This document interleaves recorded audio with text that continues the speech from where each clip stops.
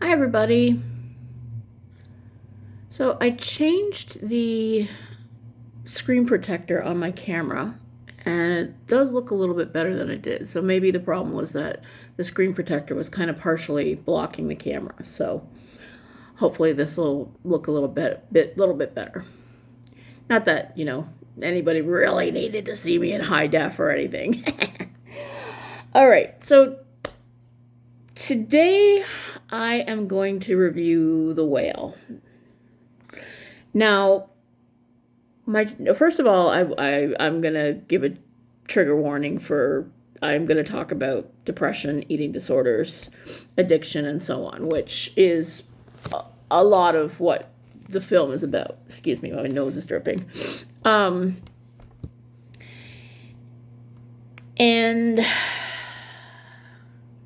I have a lot of complicated thoughts about it.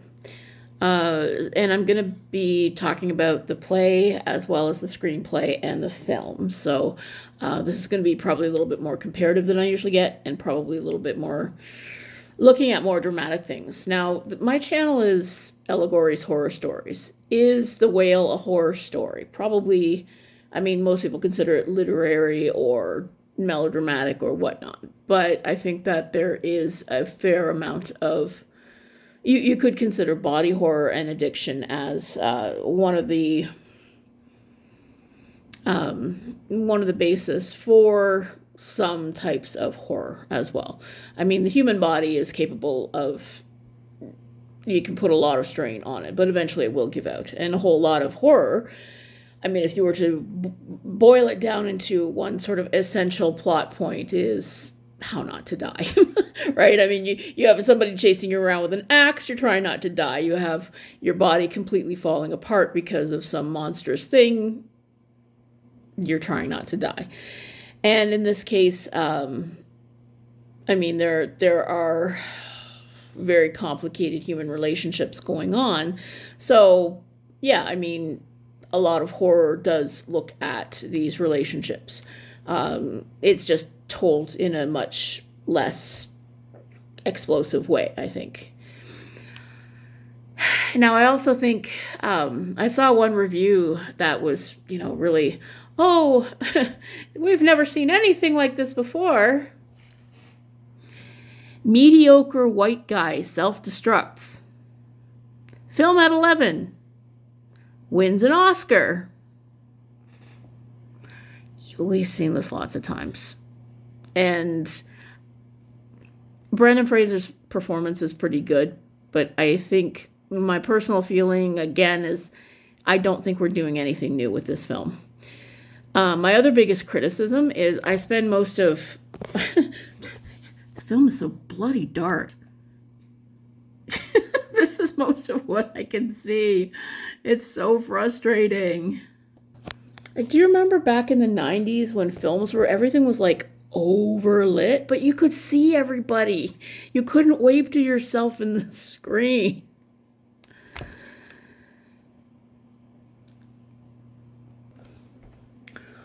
So I'm going to try to gather my thoughts a little bit. Now, the plot is very simple. It takes place over a few days. It's about a man named Charlie. He's very, very large, very obese. He weighs close to 600 pounds. And he has been slowly eating himself to death since the death of his lover, Alan. And he had left his wife and daughter when he fell in love with Alan. And they were very happy for a time. But then Alan had been a member of, in the play, the play is, okay, I'll get to that in a minute. The play is very specifically, Alan had formerly been a member of LDS, the Church of Latter-day Saints, or the Mormons. And then something happened. His father, after 10 years, called him up, invited him to one of the sermons, and then nobody ever knew what happened at the sermon. And then Alan stopped eating and eventually unalived himself. In the film, that part is sort of left out. And the church is called New Life, so it's more like it's more of a generic Christian sect. And Alan, he stops eating, but he ends up jumping off a bridge and washing up on the shore somewhere. So that was a little bit of a different thing from one of many differences between the play and the screenplay. And since that time, Charlie has been slowly eating himself to death because he can't deal with his grief. And he's housebound. He teaches English online. And the only person that comes to see him is his friend Liz, who is also a nurse and who was Charlie's sister. Alan's sister. And in her way, Liz, she fights with him, but she also enables Charlie. I mean, she brings him meatball sandwiches and buckets of chicken, and it's I mean, we'll get to that in a minute as well. So one day, both the film and the play open. Charlie is masturbating to gay porn when a young missionary by the name of Thomas knocks on his door. And he flips out. But Thomas starts coming back periodically because he wants to talk to Charlie about his faith and sort of try to save him in the last days of his life. And that's another thing, too, is Charlie he's dying of congestive heart failure through the course of the film. And because his heart is failing, he wants to reconnect with his daughter. And Liz takes his blood pressure, and it's alarming. It's 238 on 134. Now, normal is 120 on 80. Once the upper number starts to gets up over 150, you need to go to the hospital. 238 is like, so he spends most of the film gasping and clutching his chest, and his heart hasn't quite given out yet, but he's getting there. So his daughter comes back and confronts him, and she's very angry. And he offers to give her money if she'll spend time with him. And he offers to help her not fail out of high school and to write essays for her so that she can pass. So we have a few different scenes where he's interacting with Thomas, a few scenes where he's interacting with his students, a few scenes where he's interacting with his daughter. And eventually, his ex-wife comes over and confronts him about it. And Liz finds out that he's got money that he never talked about. He won't go to the hospital because it doesn't have health insurance, and she keeps telling him, being in debt is better than being dead. And we find out a little bit more about what happened to Alan. And then, Sadie Max Ellie reads her essay to him, and that's the end of the play. Does he die or not? It's left open-ended. It's pretty clear that yes, he is going to die, even though Liz does eventually call an ambulance. And like a lot of Aronofsky films, it sort of ends with just a white screen. There's a bitterly happy ending because the person's going to die. Like most Aronofsky films, it does look at the extremes of a person being obsessed with something and then pushing themselves, and then at the end of it, they found some sort of rough comfort or fulfillment, but it also ends up shutting down their body. So whether it's Requiem for a Dream, which was drugs, or The Wrestler, which was he wants to go back to wrestling, but the doctor tells him if you do this again, your heart's going to stop, or Black Swan, where she is she's obsessive, but she's also anorexic, and there are a lot of times when she's whining and crying, and I just look at her and I'm just like, eat a damn cheeseburger. Some protein would probably snap you out of that. I found Black Swan really, really annoying, by the way. I mean, good performances, but oh, I wanted to slap her sometimes. Shut up! Anyway. And I'm a little bit embarrassed that I also, I rented Burlesque the same weekend as I rented Black Swan, and I actually like Burlesque better. Okay. Where was I going with that? Aronofsky. So yeah, so Aronofsky has done another, bodies pushed to their limit, finds a little bit of fulfillment, and then the person, fades to white, dies, whatever, left open-ended. So it's not exactly new territory we're treading on, but it does have some literary references, a lot of literary references to Moby Dick. The performances are spectacular. I mean, Brandon Fraser is lovely, and you feel sorry for him. He seems like a very nice man, but he's drawn in such a way that you're just frustrated and disgusted, and you're supposed to be frustrated and disgusted. And the people around him are screaming at him and crying, but they're in their own way. They're all addicts too. Liz is a heavy smoker. She's enabling Charlie. Thomas is on the run from his whole thing. His daughter smokes pot heavily, takes Ambien. His ex-wife is a heavy drinker. So, comparisons. All right. So the first thing I want to bring up, the elephant in the room, so to speak, is it fat phobic? I think it got a lot of criticism from a lot of different places. Okay. I'm going to say this as a fat person who is not a fat advocate. So much of the time when you have fat people at the center of a film, even if it's a well-intentioned one like this, the purpose of it is to show, look at how miserable this person is. Aren't you glad you're not like them? And this person is miserable and going to die. I read one comment where they said it's framed in such a way that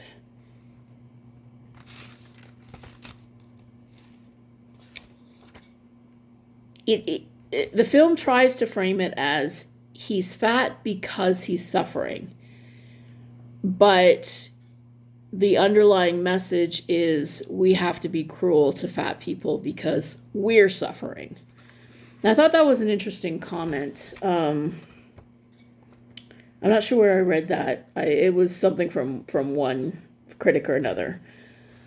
If you really want to get into the head of somebody who gains a lot of weight because they're suffering, I would highly recommend reading Hunger by Roxane Gay. It's a memoir. Roxane Gay is a writer. She's done a lot of essays in a lot of places, a lot of places, New Yorker, and so she's a well-known essayist, but she also writes for comic books, including Black Panther and a few others. I have a Secure 663 Meadow Suite. Okay, thanks. Sorry about that. I just turned the camera around. I don't know if I was recording or not. Okay, where was I going?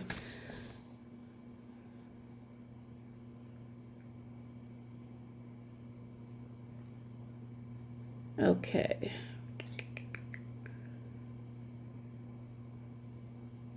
So I was telling you, if you want a really interesting look at what she calls dealing with her unruly body, I would highly recommend Hunger by Roxane Gay, and particularly the audiobook, which I listened to. I really liked it.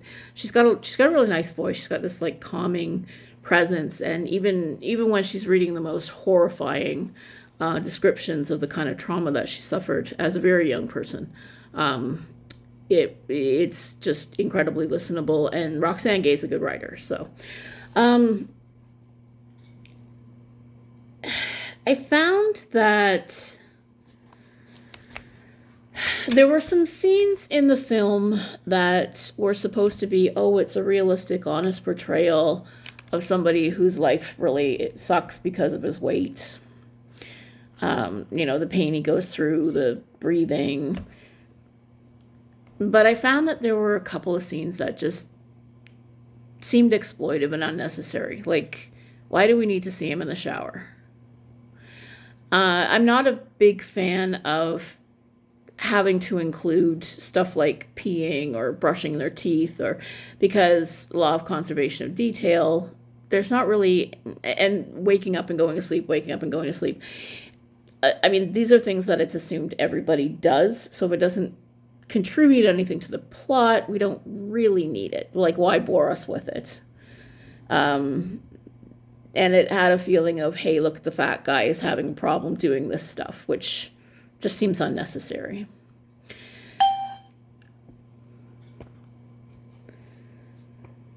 Okay.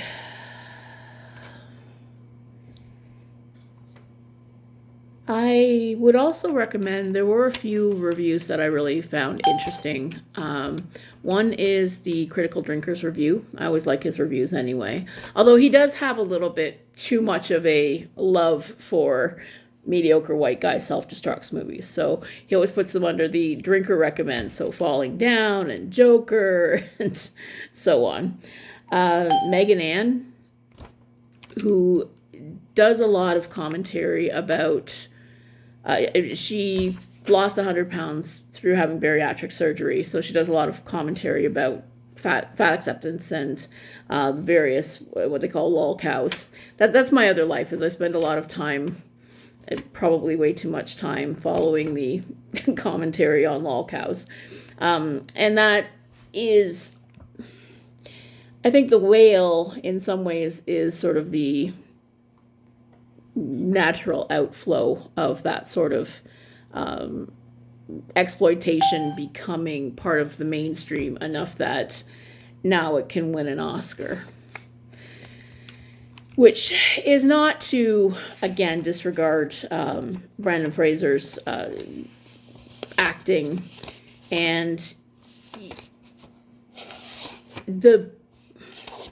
it tries, and I think it almost succeeds, because this is a person who would probably still be in trouble no matter what his addiction, whether it's food or alcohol or what have you. So it's an easy film to compare to. Like I said, mediocre white guy self-destructs. I would definitely compare it to Leaving Las Vegas is a big one.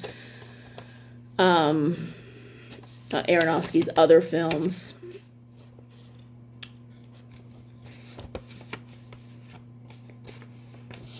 I'll get back to that in just a minute. So next thing I want to have a look at, like I said, I read the play, I read the screenplay, and then I watched the movie. Actually, I read the screenplay first, then I read the play, and then I watched the movie. And there's some very specific differences between the play and the film. I think the film is set just around the 2016 primaries, I guess, because they wanted to put it in a specific time and place, and they wanted to have Charlie miss COVID, right? Because by the time COVID rolled around, everybody was stuck inside for the better part of 2 years. So I've already mentioned that the Christian group is very specifically LDS in the play. I don't know why they made that change for the movie. I would be curious to find out. In the film, like in the play, Charlie very much stays in one place, and because it's a play, the actors move around him, whereas he moves around a lot more in his apartment in the film than he does through the play. And there's one scene, and again, because it's so annoyingly dark, But there's a scene where he's moving through his apartment, and it has a really cool visual effect. Like, you do get the sense of this whale moving through the water, like you would see in one of those nature videos. So I thought that was kind of really interesting the way they did that. Okay,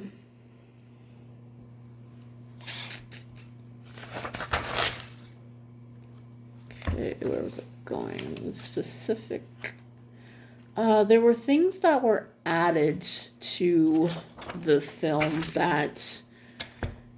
So the character of Dan the pizza delivery man was added for the film. He wasn't in the play. And I think that was really just to have another person there, have Charlie interact with another person, and have some sort of external response. But at the same time, the film feels more exploitive for that reason, because every time somebody sees Charlie, they go, oh, it's just, it's alive.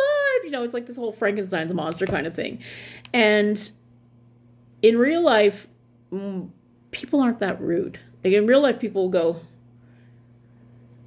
and then they would go about their day. I mean, realistically, Dan seems like a pretty nice guy. And the way he's been drawn so far, he wouldn't go, Jesus, and run away. He would, from the way he's been set up all along, he might kind of respond like, but then he would help him. Like, he just seems like a nice person, right? So that's one of the things I found a little bit like a strange response. The next thing that was different, there's a few scenes where Charlie feeds the birds outside of his window. He cuts up apples and they come and he watches them eat. And then Ellie sees them and she gets very angry. Now, in the screenplay, she just sort of gouges the cupboard. I don't know if she does that. She kind of gouges the counter with a knife. I don't know if she does that in the film because it's too fucking dark to see. But after Ellie makes a sandwich for him, puts Ambien in it, falls asleep, he wakes up, we see that the plate is broken, which is pretty obvious. Ellie broke the plate. And the reason for breaking the plate, there's a couple things that have been commented on here and there. The first is that the only time we see Charlie interacting with healthy food is when he's giving it to the birds. And this is also after the discussion that a scene where Ellie says to her dad that they talk about a time that Alan came over. He made him steak, and he took better care of Alan. He fed him better food than he ever did to Ellie or her mom. So you have the sense that Ellie, one of the sources of Ellie's anger is that he never took care of them the way he was supposed to, and that he cared more for other people than he did for her. The next difference is the reveal of Alan's death and the metaphor of Jonah and the whale. Because it's specifically LDS and Alan was invited back to the church, and then the reveal is that Thomas got an email from somebody who explained, in the play, Thomas got an email from somebody who explained that Alan, when he went, his dad gave the speech about Jonah was eaten by a whale, and then he was spit out, washed up on the shore. And then Alan was so upset by that, or it washed up on the shore, and it was God's sacrifice, or it was a sacrifice that saved him, something like that. Anyway, I don't quite understand it. But Alan was so upset by that he stopped eating, and in the play, he died in bed, curled up in the fetal position, and Liz found him. In the movie, there is still the sense of sacrifice and washing up on the shore, but the story of Jonah's removed, and he unalived himself. He apparently jumped off a bridge, and Liz had to go and identify him. And Liz was very angry that she had to do this, but Charlie wasn't allowed to do that because he's not family. So that's the main difference between the two reveals. And I don't know why they left out the part about Jonah and the whale. Maybe because a movie audience doesn't like too much literary reference, whereas in a play you can play around with that sort of thing. I don't know. That's my personal, my idea, my feeling. Another difference is that in the play it's been 15 years. In the movie it's been 9. And one thing that I found a similarity that I haven't seen anybody compare it to. One of my all-time favorite plays that I read in university was called Krapp's Last Tape by Samuel Beckett. And it's about this guy who every day he talks into a tape recorder and he makes tape. But he also obsessively goes back to one tape that he made, which is a memory of a woman that he loved and a little bit of time that they spent together on a boat. And he's describing what happened. And he keeps replaying this over and over again. And as he's replaying it, it's like his world is just shrinking. And there's a circularity to it, right? The word spool keeps getting repeated. I mean, it's Beckett, right? It's an absurdist play. But he keeps going back to the same point in time. And he keeps repeating this little bit of text. And keeps going back and back. And I found there was a very, I don't know if that was a deliberate reference. Because maybe I'm the only one that noticed it, which is why I haven't seen it commented on anywhere, but it did remind me a little bit of that.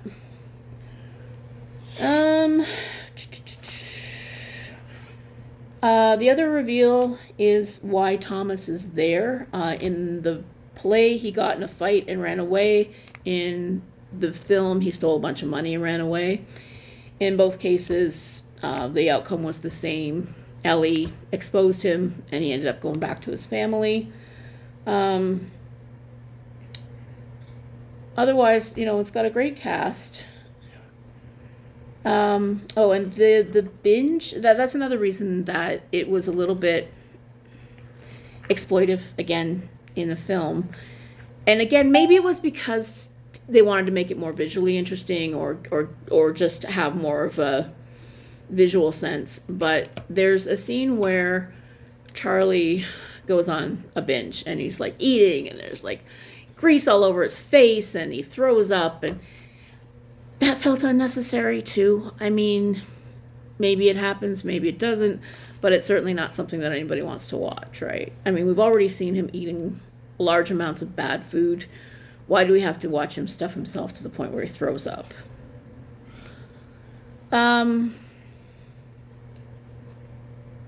And again, that's the sort of self-destruct montage. Broken plate. All right. So overall, it's got a great cast, really good performances. What was a little bit frustrating to me was that Charlie keeps apologizing. And that's one of the things that when you have an obese person at the center of a story, they have to be what I read this article one time and they said, here's how to be a good fatty. You have to always be apologizing for yourself. You have to always feel bad about what you've done to yourself and what you're doing to other people. And you have to, if you expect to live or be okay, then you have to always be trying different diets and maybe go to the gym and do it badly and whatever. So Charlie, in his way, is a good fatty, even though we know he's dying and he has eaten himself to this point.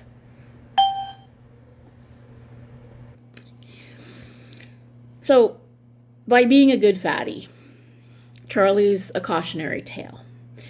And when you have an addict at the center of any film story, most often the addict just kind of dies at the end of it. And we feel better about ourselves because, well, we're not like that person. And we felt sorry for them for a little while, but, we couldn't help them. They redeemed something along the way, and then they died.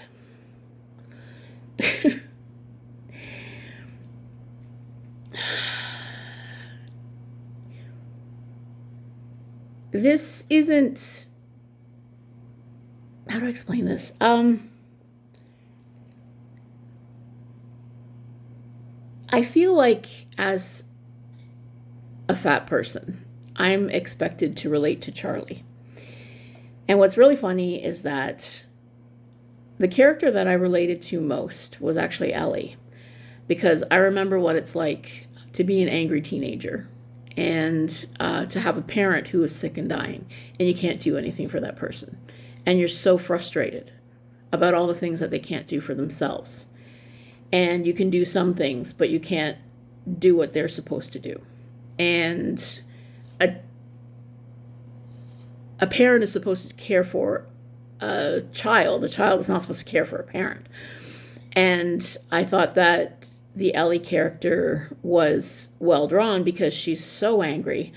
She's awful. People hate her. But she is lashing out because of the situation she's in.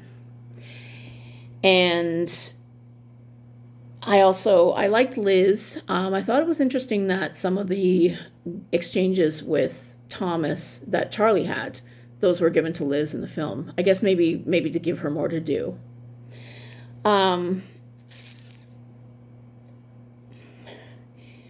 So the only I don't have too much else to say. I think it's worth a read. It's worth a watch. I think you definitely should make up your own mind how you feel about Charlie, how you feel about the film. I would also recommend as a contrast one of my all-time favorite films, which is Whale Music, starring Maura Chaikin. It's based on a book by Paul Quarentin, which I read a few years ago. I saw the film a long time before I ever read the book, and then I eventually read the book. And Whale Music is about an aging rock star by the name of Dennis Howell, and he and his brother were the Howell Brothers, which is loosely based on the Beach Boys. When Danny Howell died in a car crash, Dennis Howell, the band broke up, and Dennis, much like Charlie and the Whale, lost himself in food and drugs. And he's been a shut-in for a lot of years. And the story starts when a young woman basically breaks into his house and just starts living there. And he's got a huge house and money and food and stuff all over, so he doesn't really care. And she eventually she is a little bit of the Manic Pixie Dream Girl character. But she's got agency, and she is an expression, how do I explain this? She's a more realistic depiction of that because she's a kleptomaniac. She spent time in a mental institution. She's been arrested. I mean, this is not somebody that, is magical. This is, what can happen if you live your life like that. But over time, she does grow, they become more affectionate, and he starts to come out of his shell. And he starts producing music again, and it's Whale Music.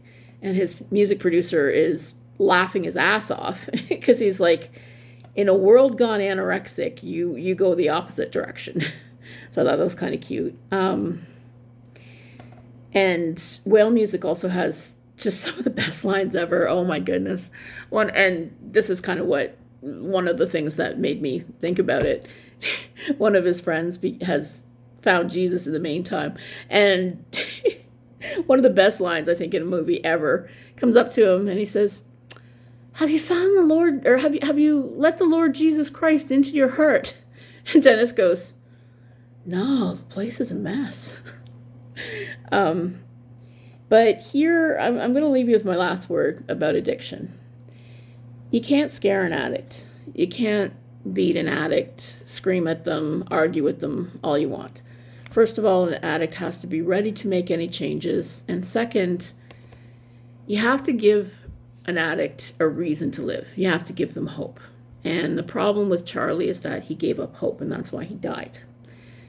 With Whale Music, Dennis found love, started working on a project, and found purpose. And until being ready to change and finding hope happen with any addict, nothing happens. They just go on a downward spiral until they die. I mean, Charlie is the person that you keep screaming at him, therapy, therapy, therapy. But you also understand that he's just buried in grief. And Samuel Hunter wrote that as his way to look at religion, which a lot of people, I've read reviews. They're like, oh, it's anti-Christian, whatever. But Christianity can really mess up some people, particularly in the LGBTQ plus community. Had Alan found hope and therapy, maybe things would have been different. If Charlie were able to reconnect with the people that he loves, maybe things would be different. And this is what's so frustrating about it. So I think I've made my recommendations. I think I've talked for a long time. I've made comparisons.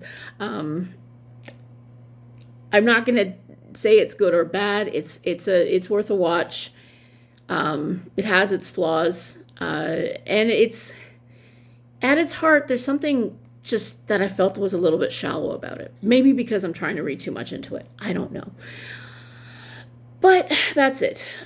Hope you're reading lots of horror. Have a great day.